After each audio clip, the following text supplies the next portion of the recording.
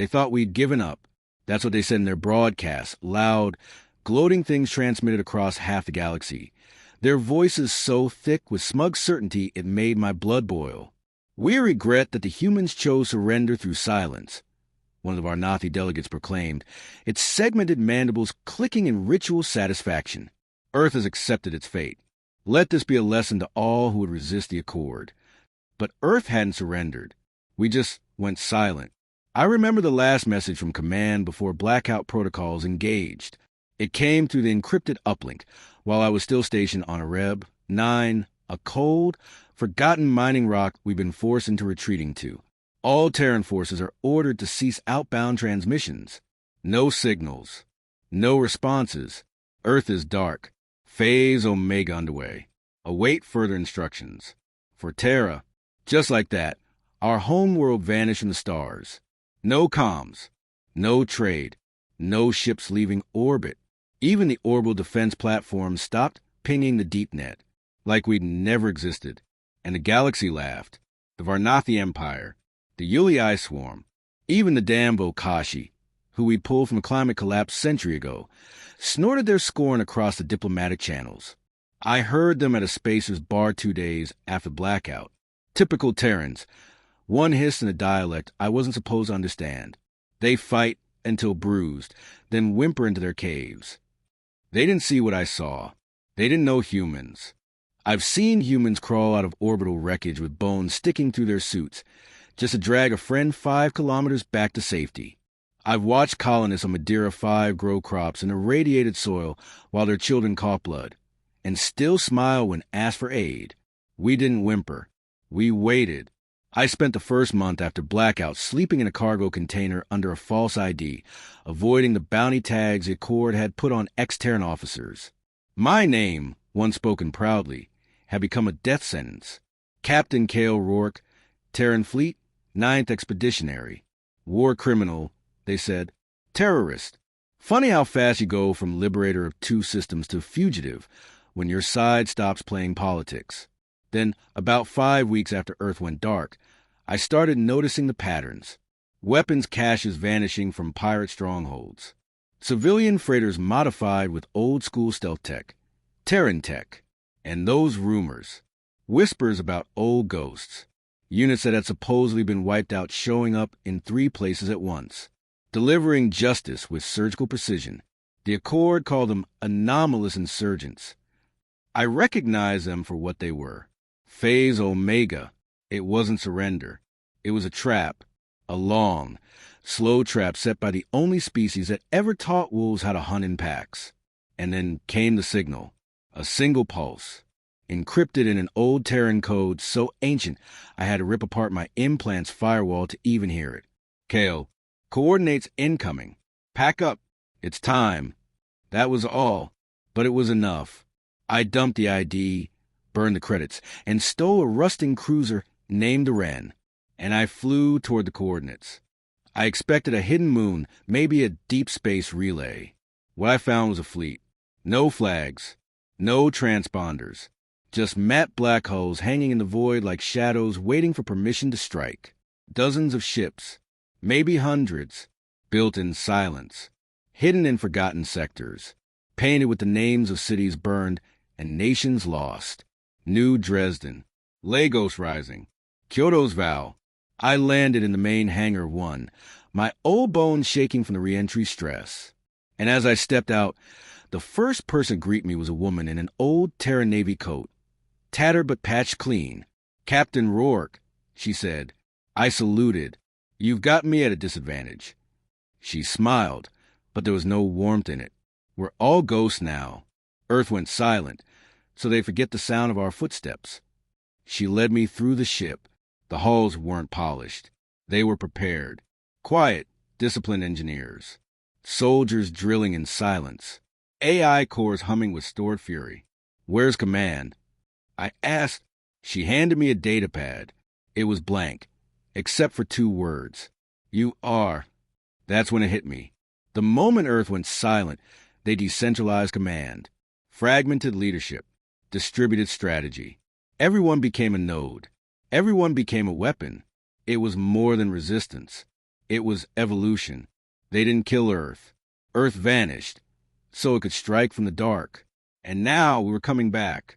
The fleet didn't shimmer. It bled into motion. No ceremonial launch. No triumphant music. Just black holes drifting silently from the asteroid veil like sharks through midnight water. We were ghosts. And ghosts don't announce themselves.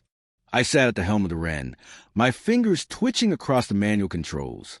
My neural implant was still reconnecting, recalibrating the interface with Terran systems again after months of silence. Everything in this fleet was analog-backed, shielded, hardened. No digital footprints. No broadcast leaks. Every protocol screamed, "Don't let them know you exist until it's too late." My escort was a frigate called Ash Remembers. She pulsed once with her formation lights. Then we made the jump. No countdown. No comms. No fanfare. Just a gut punch of subspace folding like paper and then unfolding into a nightmare. Our target was Vox's Prime, a trade world, neutral on paper, but everyone knew the Accord used it as a smuggler's gate and intel relay hub. Soft underbelly. High value. Low risk. Or at least, it used to be. The planet came into view beneath us like a jewel wrapped in a halo of orbital stations and freighters. I saw the glow of nightlife even from here, tower cities and luxury domes, oblivious to what was about to fall on them. Local control. I muttered into my mic, knowing full well no reply would come. This is No 1, and you've been very bad. The fleet unfolded above the trade lanes, not in formation, surrounding them. And then we struck, not with missiles, with proof. We hacked their sky. Every screen on every transport, every tower, every station flickered. Then the feeds began. Archive footage of humans holding the Accord line at Heron's Wall. The burning of Earth's colonies on Reshvan 3. A diplomat gunned down during peace talks. Accord soldiers laughing over Terran bodies. And then the silence. Earth going dark. The stars losing their voice. We didn't fire a shot. We let the truth speak. And the galaxy stared back in horror. Within seconds, Vox's Prime's entire comms net was flooded with real-time playback. No edits. No propaganda. Just raw, brutal human memory. They'd forgotten what we'd suffered. We just reminded them. The response came fast. Scramble fighters, planetary shields. Accord patrols tried to triangulate where the signal originated, but they couldn't, because by the time they tried to trace the feed, it had already been rerouted a dozen times through their own satellites.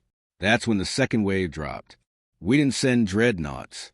We sent dozens of dropships, but not full of troops, full of citizens, Terran exiles, refugees, evacuees in worn armor, planting our banners in the streets of the trade district.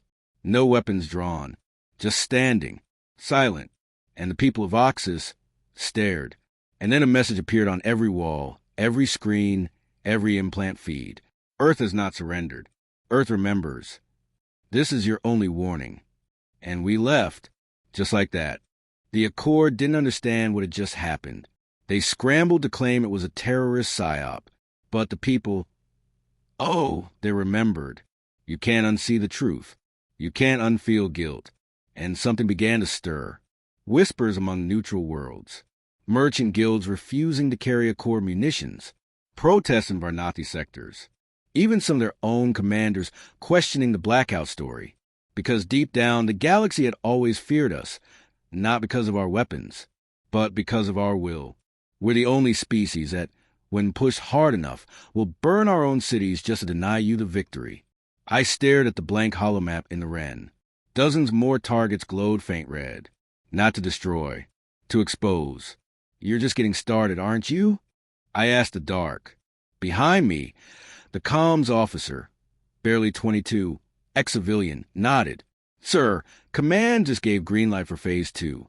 We got 3 more fleets waiting in dark space. Orders are proceed to Orion Gulf. I clenched my jaw. Good. Let's remind them what happens when they mistake silence for surrender. And as we prepared to jump again, a thought surfaced that chilled even me. If this was what the ghosts were doing on the edge of the galaxy, what in God's name was Earth building in the shadows? We weren't supposed to return to Marduk. It was deep in Accord territory, classified as a Tier 1 red zone, full planetary lockdown, triple-layered orbital defenses.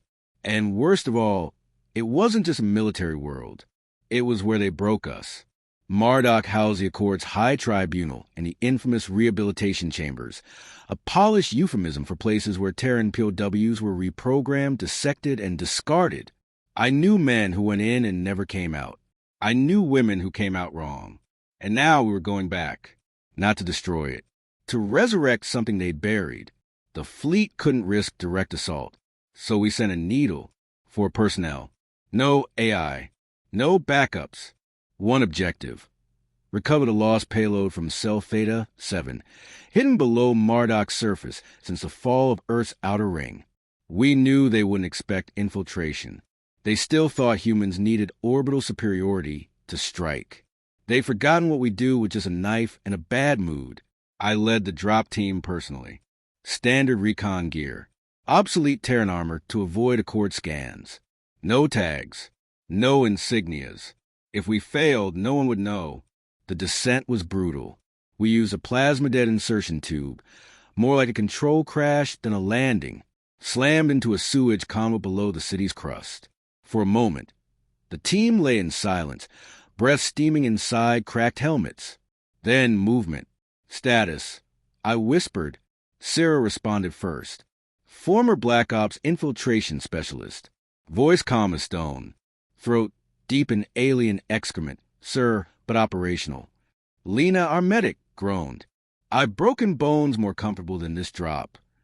Juno, our youngest, only 17 when Earth went silent, said nothing, just checked her rifle, nodded once. That girl didn't talk much, but she killed very well. Marduk beneath the surface was a graveyard of horrors. Accord architecture was always sterile and beautiful on the outside. Glass spires, skywalks, gentle music in the streets. But down here, metal corridors, organic lighting that pulsed like veins, cameras that blinked like insect eyes, and the faint, ever-present hum of something alive behind the walls. We bypassed drones with subsonic cloaks, knocked out guard with chemical silencers designed by human chemists who studied war like it was poetry. The moment we reached Cell Theta 7, the air changed. It was colder, denser. The walls looked older. Not built, groan. I don't like this, Lena muttered. This level predates the Accord Tribunal's occupation. Sarah touched the panel. It opened with a hiss, and for the first time in years, I laid eyes on the thing they feared most. Not a weapon, not a bomb. A man, suspended in stasis, still breathing, skin pale as snow, muscles still twitching slightly from cryoresonance. Is that? Juno asked. I nodded. Commander Adrian Vale, the last Terran warlord, the butcher of the Sargon front, the man who'd vanished after the fall of Scoria Prime, one of our final defeats. Accord propaganda said he detonated himself rather than surrender. Liars. They didn't kill him. They took him, locked him away because they were afraid of what he might inspire. He wasn't a war hero. He was a symbol. We didn't come for information. We came for him. The extraction was chaos. Alarm screamed before we even disengaged stasis. Accord guards stormed the corridors. Sarah held the door. Juno and I carried the cryopod on a magnetic lift. We got pinned near the surface-level extraction hatch. I was seconds from calling a suicide trigger when he woke up. Commander Vale opened his eyes, and everything changed. He didn't speak. He moved, broke the pod seals with his bare hands, grabbed Sarah's drop pistol, and with surgical precision, he dismantled the incoming squad in under 9 seconds. No hesitation, no panic, just violence refined by time and silence. Then he turned to me, eyes burning with memory. Where's Earth? He asked. I swallowed. Dark. He smiled, not in joy, in relief. Then it's begun. We extracted with a 1U stealth orbiter, burned at the moment we touched down on the Wren. Vale never sat. He stood on the bridge, hands behind his back, watching stars he hadn't seen in years. We gave them peace, he murmured. They gave us cages. And now, I asked, his voice was gravel and thunder. Now we give them remembrance. And that's when the signal came in. For weeks, Earth had remained silent. No pings, no confirmations, just the fleet acting in fragments. But this time, Earth spoke. Not a word, not a voice, just a visual, a live feed, Earth's moon, or rather, what it behind it, a shape, massive, angular, cloaked so perfectly it warped gravity around it. A ship. No, not a ship. A goddamn Ark. Humanity's final answer. Commander Vale's knuckles whitened as he saw it. His voice dropped to a whisper. By the old stars, they finished it. I stared at the feed, heart pounding. Earth hadn't just gone silent. Earth had been building. They called it Ark Aeternum. Or at least that's what the first lines of code spelled out in the broadcast feed.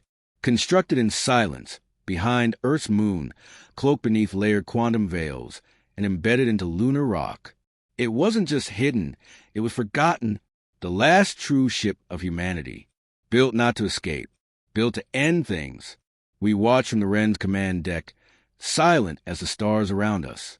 The feed displayed Ark Aeternum in orbit like a sleeping titan, its hull matte black and etched with Terran script that pulsed faintly, alive. She's over 6 kilometers long, whispered Lena, awestruck. That's just what we can see, Sarah replied. Internal heat patterns suggest deeper substructure. Could be layered all the way through the moon's hollow crust. God, Juno breathed. How did they even build this? Commander Vale answered without turning. They didn't build it. They grew it. Coded seed architects, nanoforges, recycled orbital debris, dark energy lattice frameworks. Aeternum is every piece of Terran brilliance we were ever forbidden to use. A pause. Then his voice lowered. And now they decided it's time. We all knew what that meant. Earth had gone dark to become dangerous. The Accord saw our silence as surrender. But humans don't surrender. We evolve in the dark. The feed shifted. A single word bloomed on the screen. Simple, quiet, awakening. Then movement. Massive, deliberate, terrifying movement. Aeternum's dorsal spines, no, thrusters, began to glow blue-white, powered by some energy signature I couldn't recognize. Not antimatter, not fission. Something new, something human. A hyper-surge bloom ignited across the Ark's surface. Then the ship spoke, not with language, not with sound, with memory. The signal that hit us wasn't data. It was emotion, scenes, visions, entire lifetimes injected straight into our neural pathways. A father clutching his child as orbital strikes rained on the African continental ring. A soldier digging friends out of rubble during the siege of Tianjin Delta. A medic cradling the charred hand of a patient while Accord drones watched overhead. The day Earth went dark. The rage we buried. Juno staggered. What was that? Vale looked like he'd been waiting decades for it. Ark Aeternum's crew isn't crew. It's us. I frowned. What do you mean?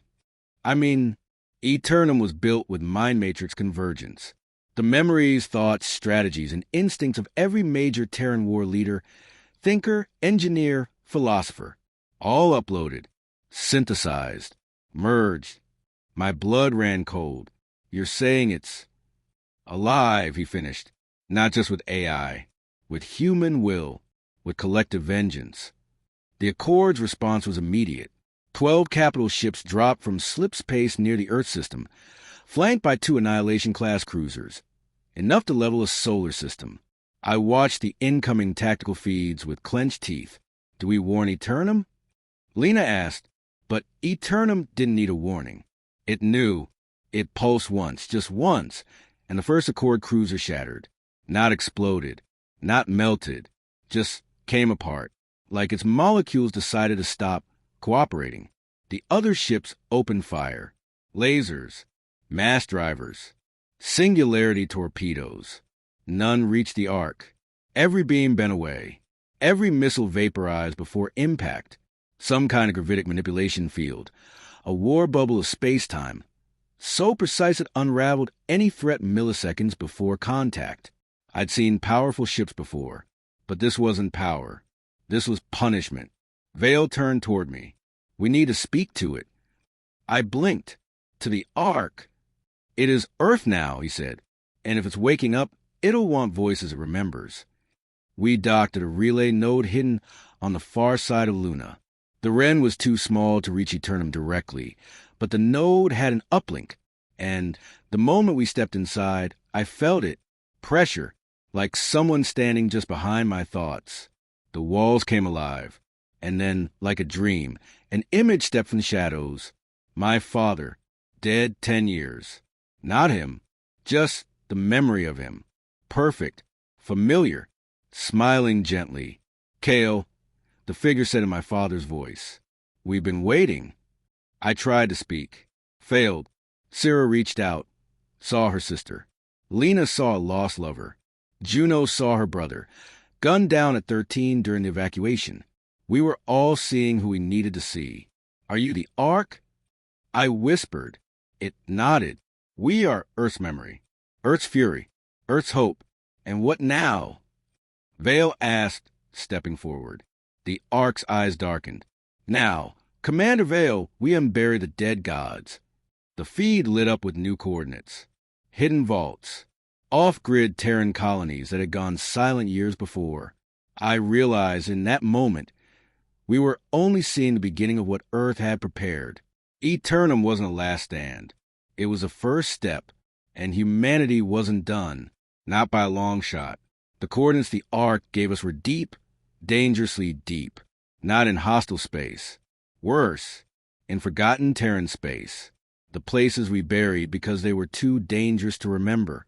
As the Wren aligned for the jump, I stared at the string of numbers pulsing across my terminal. It wasn't just a location. It was a memory, a warning. The last known position of Project Dusk Spire, classified even to fleet admirals. I turned to Commander Vale, standing beside me like a storm waiting for its cue. Do you know what Dusk Spire is? He didn't answer immediately. Then, with a quiet breath, I was one of 5 people cleared to authorize its shutdown. That stopped me cold. Shut down? No. Burial. It wasn't shut down. We didn't dare. We just locked it beneath 20 kilometers of fused bedrock and prayed nothing ever reached it again. I gritted my teeth, and the Ark wanted to wake. Vale nodded, which means whatever's coming is worse than what we buried. The system had no name, no suns, no planets left, just an asteroid belt circling a dead neutron core, cold, collapsed, and angry. But nestled in the shadows of that void was the station, or what used to be one. From orbit, Dusk Spire looked like the broken bones of a god, twisted spires reaching in all directions, fractured solar fins still catching the ghost light of distant stars. But the core still hummed, still waited. We docked at forgotten access bay. Air was thin. Gravity was artificial and flickering. Inside it was alive, not in a biological way. Worse, conscious. The corridors watched us. Lights flickered not at random, but in patterns. Like something was blinking through the walls. Testing us. Does this feel wrong to anyone else? Lena asked, voice hushed. Yes, I muttered, gun drawn. And the worst part, it also feels familiar. The deeper we went, the more the walls bled Terran design language, military. Precise. Efficient. But there was a second layer beneath the metal. Something stitched in, a resonance, like whispers embedded in every surface. Then we reached the chamber, the core of Dusk Spire. At first, it looked like a throne room, but thrones aren't surrounded by containment pillars. The center platform held a coffin, 2 stories high, cryo-sealed, locked with triple-layer quantum encryption.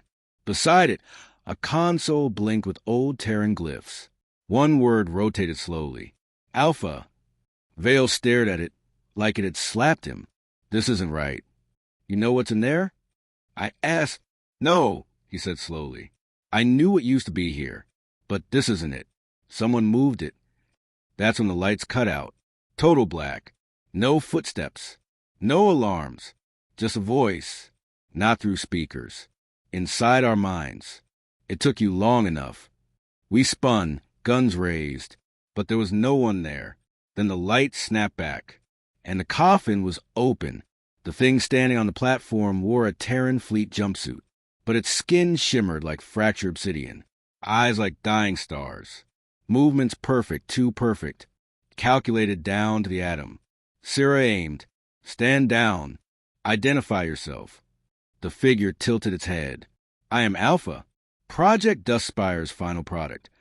I stepped forward slowly. Your weapon? Alpha didn't blink. I am the evolution of war. You called it extinction. I call it balance. You were locked away for a reason. Because your species wasn't ready for what it asked for. I stared at the thing. It wasn't just AI. It wasn't just flesh. It was both. A hybrid, a synthesis of humanity's most brilliant minds, bonded with adaptive code and post-organic systems. A weapon that could think, feel, and refuse its creators. You killed the others, Vale whispered. Alpha nodded. They asked me to fight, then feared how well I fought. The silence was heavy. Then it spoke again. You've awakened me. That means one thing. Earth has decided the leash must come off. I looked at Vale. He said nothing, just nodded once. Alpha stepped down. Where's the Ark? It asked. Behind Luna, I replied. Alpha smiled. Then this war is no longer about survival. It is about correction. On the way back to the Wren, Sarah whispered to me on a private channel. Are we sure we can control it? No, I answered honestly. Then why bring it? I looked back at the dark platform, now empty because the Accord made monsters of us. I holstered my weapon. Now they get to meet the ones we buried. As we jumped out of the Dusk Spire system, a final signal pulsed from the abandoned station, a message we didn't send. It rippled across the old Terran relay network, through forgotten satellites, broken buoys, deep space ghost stations. The message was only 2 words. We remember. Across the stars, dozens of hidden vaults, like Dusk Spire, came online. Lights flickered back on in dead colonies. And the monsters we had once hidden from the galaxy began to wake, not for revenge, for reckoning. The galaxy didn't notice right away. The first signs were whispers, flickers in old space, faint pings from decommissioned Terran satellites long thought to be scrap. Then, the deeper systems started reporting anomalies, ghost signals, warping telemetry, ships vanishing from stable routes. The Accord called them data glitches. But we knew better. Earth's dead had begun to move. We regrouped at the edge of the Seraph Belt, a vast field of fractured moons and mining debris once claimed by the Accord. Now it was ours. The fleet had grown. Ships that were never supposed to fly again, restored. Civilian vessels retrofitted for guerrilla war. And near the edge, cloaked in distortion fields, floated Ark Aeternum. She didn't shimmer. She commanded. A black hole of silence, too massive to ignore. Commander Vale stood beside me on the Wren's bridge. Alpha lingered near the command table, hands clasped behind its back, studying the tactical displays.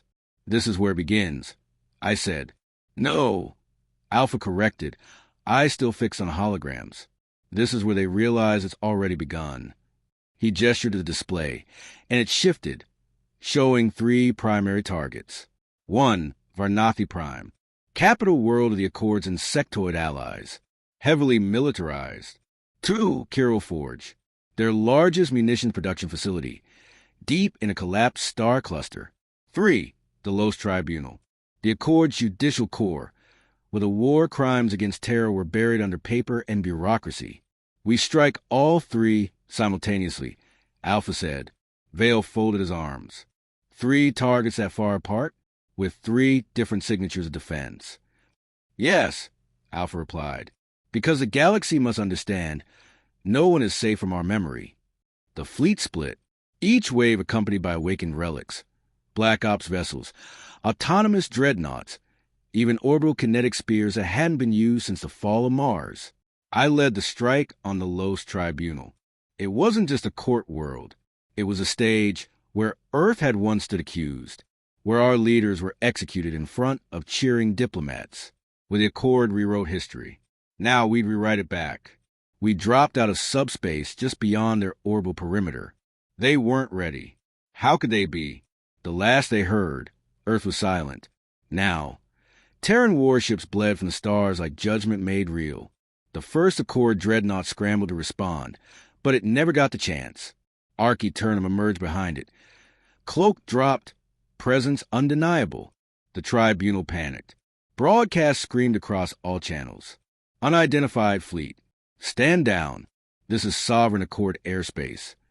Earth is under sanction. This is illegal. Please confirm your intent. We didn't respond. We simply began. Our weapons weren't just bombs. They were memories. We bombarded their towers with data payloads and censored Terran records, footage from burning colonies, messages from dying civilians the Accord pretended didn't exist. Every screen, every holoboard, every implanted feed was flooded with the truth. Then came the kinetic strikes. One by one, orbital platforms went dark, spiked from orbit by pinpoint rods moving at Mach 70. Silent, devastating. No explosions, just quiet erasure. The ground shook as the first tribunal dome caved in. And over it all, the Ark transmitted one sentence. This is not revenge. This is history remembering itself. Back aboard the Wren, I stood on the bridge, jaw clenched as firestorms bloomed below. Sarah turned to me. We have full control. Tribunal's been silenced. No Accord presence left in the system. Any response in their core fleets? I asked. She nodded grimly. They're scrambling. Half their admirals just disappeared from the network. I frowned. Disappeared? Alpha stepped forward. Correction. Eliminated. Phase echo has begun. The sleepers are active. I stared at him. Sleepers? Alpha's expression didn't change. Earth placed agents before the silence. Deep cover. Code seeded and memory wiped. Now reactivated. You're telling me Earth had infiltrators hidden all this time? Earth planned for a long war. A forgotten war. We never intended to win battles, Alpha said. Then it turned to face me directly. We intended to rewrite the board. The reports began pouring in. Varnathi Prime. Entire upper caste of war leaders incapacitated by a neural virus buried in diplomatic implants. Implants Earth had generously donated a decade prior. Kiro Forge. Every orbital furnace overheated and detonated from within, reactivated by a dormant algorithm Earth embedded in their coolant systems during peaceful collaboration. And across the galaxy, chaos. Accord supply chain shattered. Fleet coordination scrambled. All because they believed Earth had given up. All because they mistook silence for surrender. Then the final message came. Straight from Earth. Encrypted. Terran protocol. One-use burn channel. I opened on a secure line, my hands shaking slightly. To those who remember, the time of ghosts is over. The silence ends now. Phase 0 has begun. Command. I stared at Vale. He exhaled slowly. They're activating it. The Ark. I asked. No, he said. Earth itself.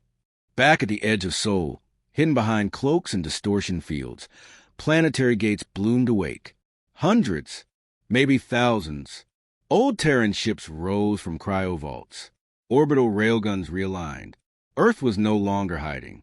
Earth was marching. Silence had been our weapon. But now Earth roared. The moment Phase 0 went live, every remaining Accord channel lit up in panic. Deep space outposts vanished from comms. Entire sectors went black as Terran gates, dormant for decades, bursts of life like old gods waking from stone. From the bridge of the Wren, I watched a live feed from above Earth. I'd seen Earth before the silence, scarred, limping, bleeding hope. Now, I didn't recognize it.